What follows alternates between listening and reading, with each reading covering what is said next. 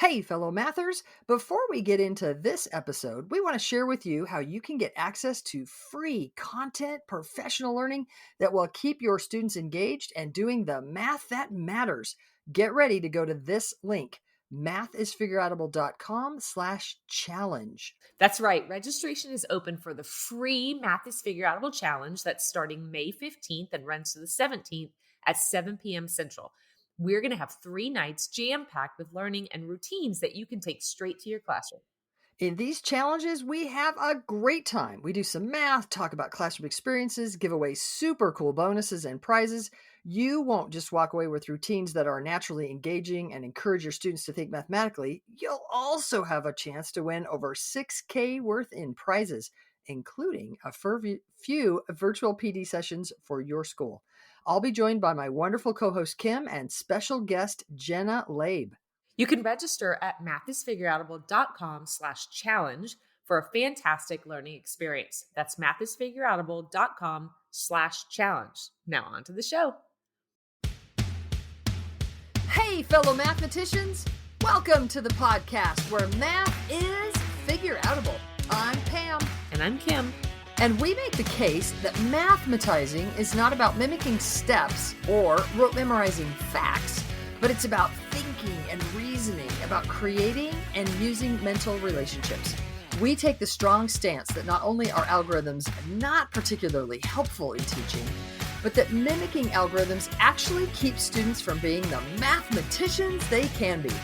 We answer the question, if not algorithms and step-by-step procedures, then what? So this is going to be a really good episode, y'all. Last week, we talked in detail about what problem strings are and are not. We kind of defined them a little bit. We thought this week we would share what we have over the years called some do's and don'ts of problem string facilitation.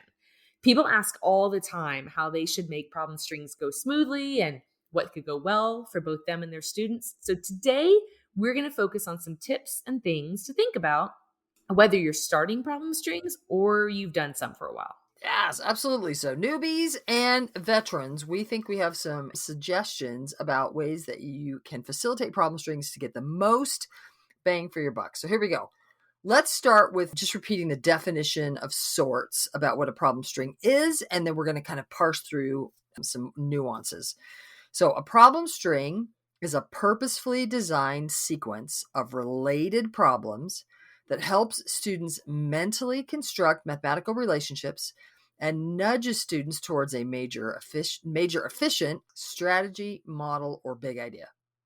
All right. So with that in mind, some things about problem strings are they are meant to be mini lessons, about 10 to 15 minutes long.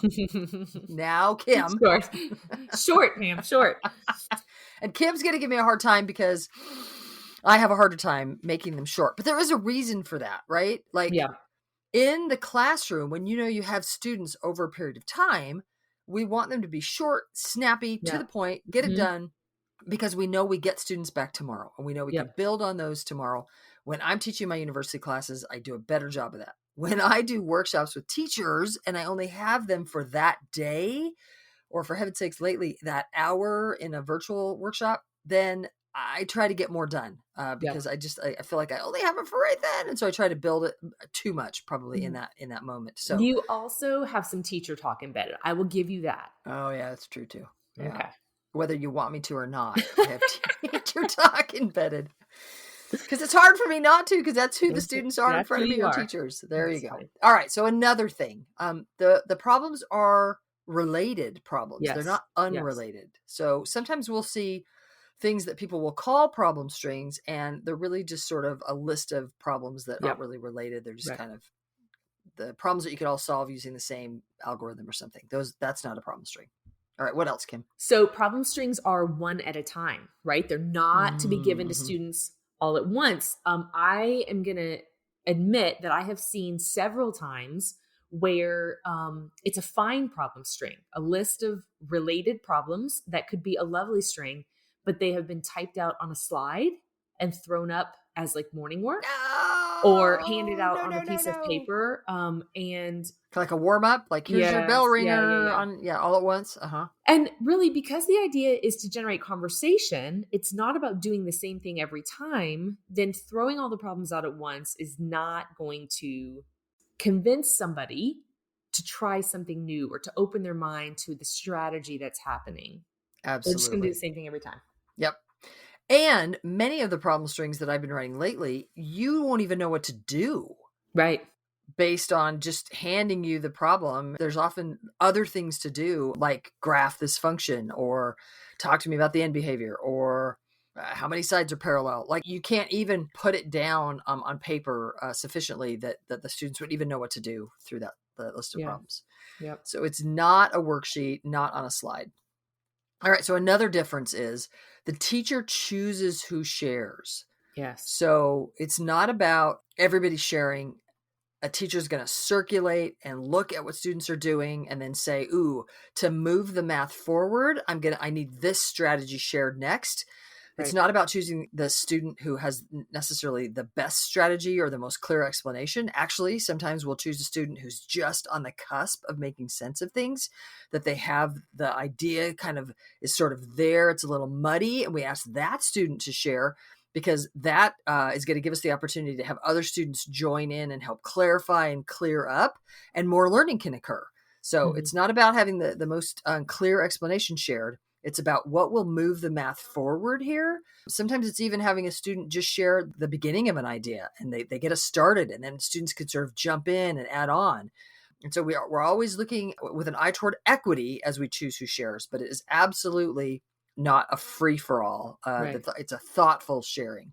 Well, What and else? even as you choose who shares, you choose who shares in what order. Mm-hmm. Mm-hmm. I've seen you say, were you number one? Were you number two? Because as you're circulating, you are telling kids in what order you want them to share, right? Yeah, yeah. In a really good facilitation, you have thought through the kinds of things that you expect students to do, and you're thinking about sharing them in an order that will help everybody have access and help Right. move that math forward, Yeah. help create more and more connections. Yep. Okay, so also in a problem string, the teacher models the student thinking. We're very clear that we believe that kids can do more than they say, and they can absolutely do more in their heads than they can record. So we want them focused on relationships, not necessarily trying to record things so perfectly that it can be thrown up on the board. There are absolutely times where we have kids come up to the board and record their thinking, but not in a problem string. The teacher is purposefully choosing the model that can best represent the ideas for the students. Yeah, and you and I have talked at length before we do a problem string about what the final board will look like. We Yeah. plan what that final display will look Mhm. like, because that look on the board, well, it feels very organic to Yeah. students. Sure. That final look can really help create relationships and help students make connections and see patterns based on how we put it up there. And so we don't have anything against students modeling their own thinking, but they don't know what that final look is supposed to be. And so they Right. can't, hey, come to the board and put it. No, that's wrong. I mean, that way it sort of won't work because they don't know what the final plan is. And so we want it to feel very organic to students. You know, how did you do that? Ooh, can I model your thinking? But I have a final goal in mind. And so I'm going to put it up on the board in such a way that helps students make connections easier and find those patterns. Mhm. Yeah.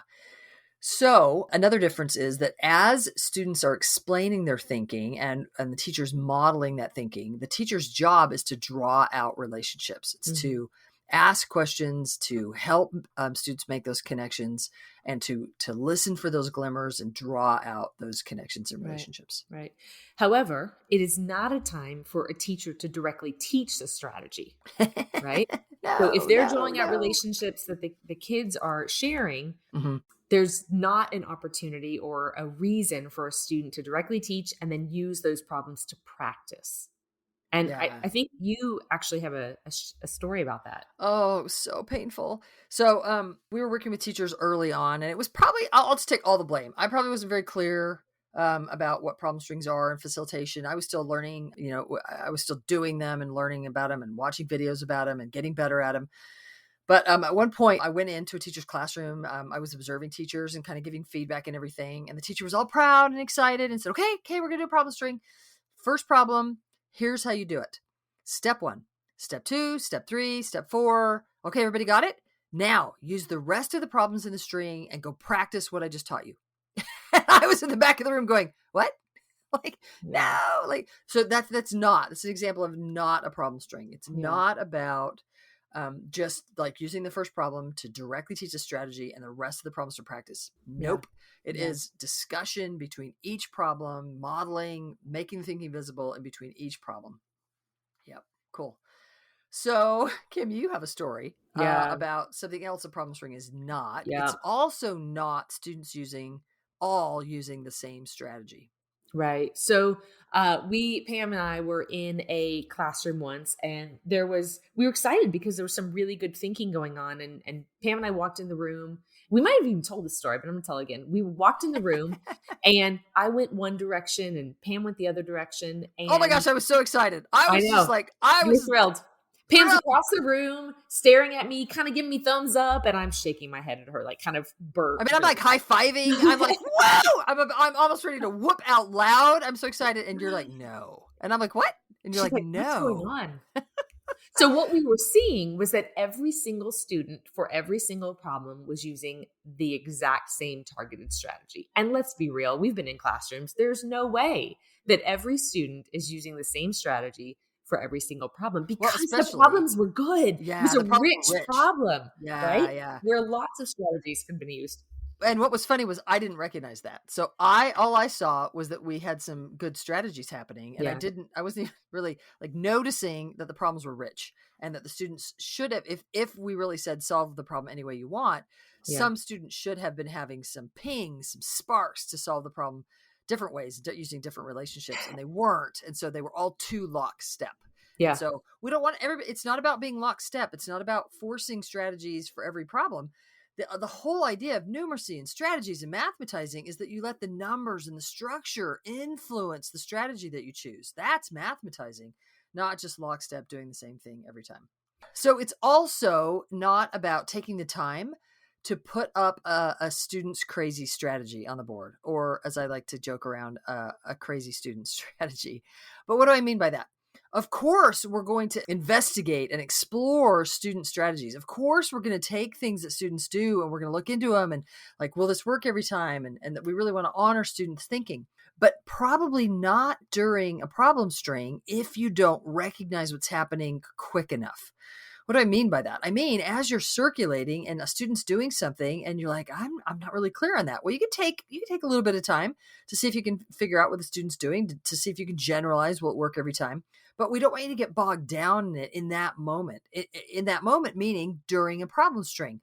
We absolutely want you to dive into it and figure out what's going on. But we need to keep problem strings snappy. Problem strings are Right. instructional routines. Like we said earlier, they're short-ish, right? We don't want kids to get bored. We also don't want to get super sidetracked during a problem string. Now, we might take that strategy, that student's crazy strategy, and say, hey, this is really interesting. I'm going to look at it later. Ask your colleagues. Phone a friend, phone me and Kim, and let us know like what you're thinking about, and work it out. You might take some time later when you have planned some time where you can kind of go down that rabbit hole and where you've had a chance to sort of figure out what's happening, because then you don't derail the learning that was going to happen. So Right. it's not about dissing student thinking. We absolutely want you to go there, just not during a problem string. If you Right. can't sort of figure it out quick enough, Yeah. because it's about the sequence, the sharing, about making the thinking visible by modeling, representing students' thinking. That's what creates the connections and mental relationships, causing disequilibrium to give students a chance to grapple with what's happening. We want to keep that package tight so that kids know, oh, this is what happens during a problem string. Right. And so people ask us about writing problem strings. And I got to tell you, Yep. Pam and I really believe strongly that even before you need to worry about being a string writer, becoming a master facilitator of strings is crucial. Yeah. We used pre-written strings for a very long time before we made the attempt to write strings because they are so carefully crafted. Yeah, absolutely. So if you want to write problem strings, go for it. Like, we will support you the best we Yeah. can. However, we think that that will be an easier thing to do, a more, not even just easier, but a thing that you can do at all if you sort of get a feel for what problem strings are. What does it mean to facilitate a problem string? What are the different structures of problem strings? What are the different types? What are the different goals? Like all the things you can get better at as you facilitate pre-written strings, and then you'll have a better sense of writing strings. We will talk more a little bit about writing strings a little bit later in the podcast, but for now, we'd really encourage you grab some really well-written problem strings and give them a go.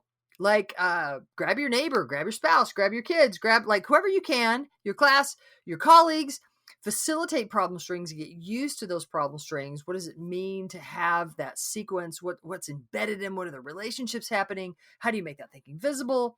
Then you'll be more ready to sort of write problem strings. Yeah? Yep.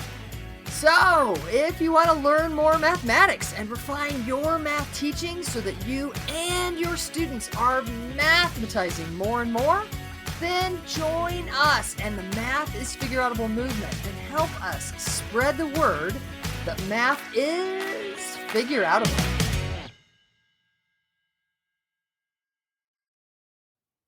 Thank you for listening and making math more figure outable. To learn even more, make sure you register for our free challenge at mathisfigureoutable.com/challenge. You are not going to want to miss the evenings of May 15th through 17th, starting at 7 p.m. Central. Math teaching, go register now. That's mathisfigureoutable.com/challenge. Join us to make math more and more figure outable. And if you can't join live, register and we'll send you access to the recordings. We'll see you there.